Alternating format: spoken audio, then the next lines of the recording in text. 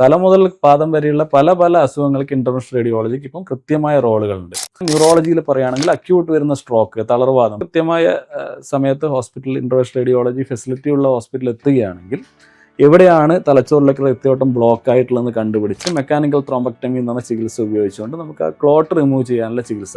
അപ്പം തന്നെ clot remove എന്ന വഴി അവരുടെ ആ തളർവാദത്തിൽ നിന്ന് പെട്ടെന്ന് തന്നെ ഇമ്പ്രൂവ്മെൻറ്റ് കിട്ടുക എന്നുള്ളതാണ്. അന്യൂറിസംസ് എന്നൊക്കെ പറയുന്ന പ്രശ്നങ്ങൾ കാരണം തലച്ചോറിൻ്റെ അകത്ത് ബ്ലീഡിങ്ങുകൾ ഉണ്ടാവും. അത് ഈ ആൻജിയോഗ്രാം ചെയ്ത് ഇന്റർവെൻഷണൽ റേഡിയോളജി ടെക്നിക്ക് ഉപയോഗിച്ച് അതിനെ ട്രീറ്റ് ചെയ്യുന്നതാണ്. നമ്മൾ അടുത്ത ഘട്ടത്തിലേക്ക് വരുമ്പോൾ കഴുത്തിലേക്ക് വരികയാണെങ്കിൽ പ്രധാനമായിട്ടും തൈറോയ്ഡ് ഗ്രന്ഥികളുടെ വീക്കങ്ങൾ, അതിലും ഇപ്പോൾ സർജറി അല്ലാതെ ഇന്റർവെൻഷണൽ ട്രീറ്റ്മെൻറ്റുകൾ അവൈലബിൾ ആണ്. അൾട്രാസൗണ്ട് സ്കാൻ ഉപയോഗിച്ച് എവിടെയാണോ ആ നൊടിയൂൾ ഉള്ളത് അല്ലെങ്കിൽ മുഴയുള്ളത് കണ്ടുപിടിച്ച് അതിനെ കരിച്ച് കളയുന്ന ചികിത്സകൾ.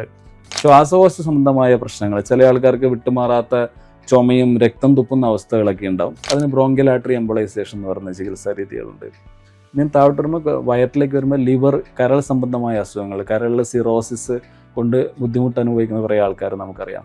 അതിൽ ടിപ്സ് എന്ന് പറയുന്ന ചികിത്സാ രീതികൾ, കരളിൽ ട്യൂമർ വന്നാൽ അത് കരിച്ച് കളയുന്ന റേഡിയോ ഫ്രീക്വൻസി അല്ലെങ്കിൽ മൈക്രോവേവ് അബ്ലേഷൻ ട്രീറ്റ്മെൻറ്റുകൾ, ഇതേ ട്യൂമറിലേക്ക് ഡയറക്റ്റ് മരുന്നുകൾ എത്തിച്ചിട്ട് ചികിത്സിക്കുന്ന ട്രാൻസാർട്ടിയൽ കീമോ എംബോളൈസേഷൻസ്.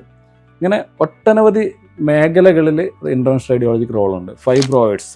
ഫൈബ്രോയിഡ് യൂട്രസ് ഉള്ള രോഗികൾക്ക് ഫൈബ്രോയിഡ് കാരണം അവർക്ക് വയറുവേദന ഉണ്ടാവാം, ബ്ലീഡിങ് കാരണമുള്ള രക്തക്കുറവ് ബുദ്ധിമുട്ടുകൾ, അടിക്കടി മൂത്രം പോകാനുള്ള ബുദ്ധിമുട്ട്, ഇതൊക്കെ പല പല പ്രശ്നങ്ങളാണ്. അപ്പോൾ പലപ്പോഴും യൂട്രസ് റിമൂവ് ചെയ്യാന്നുള്ളതിന് ഒരു ബദലായിട്ട് യൂട്രസ് പ്രിസർവ് ചെയ്യുന്ന, യൂട്രസിനെ നിലനിർത്തിക്കൊണ്ടുള്ള ചികിത്സാ രീതിയാണ് യൂട്രൈൻ ഫൈബ്രോയിഡ് അല്ലെങ്കിൽ യൂട്രൈൻ ആർട്ടറി എംബോളൈസേഷൻസ്. അതുണ്ട്. അതുപോലെ കാലിൽ വരുന്ന വാരിക്കോസ് വെയിൻ്റെ ട്രീറ്റ്മെൻറ്റുകൾ ഇപ്പോൾ സർജറി ആണെന്ന് ആരും ചെയ്യുന്നില്ല.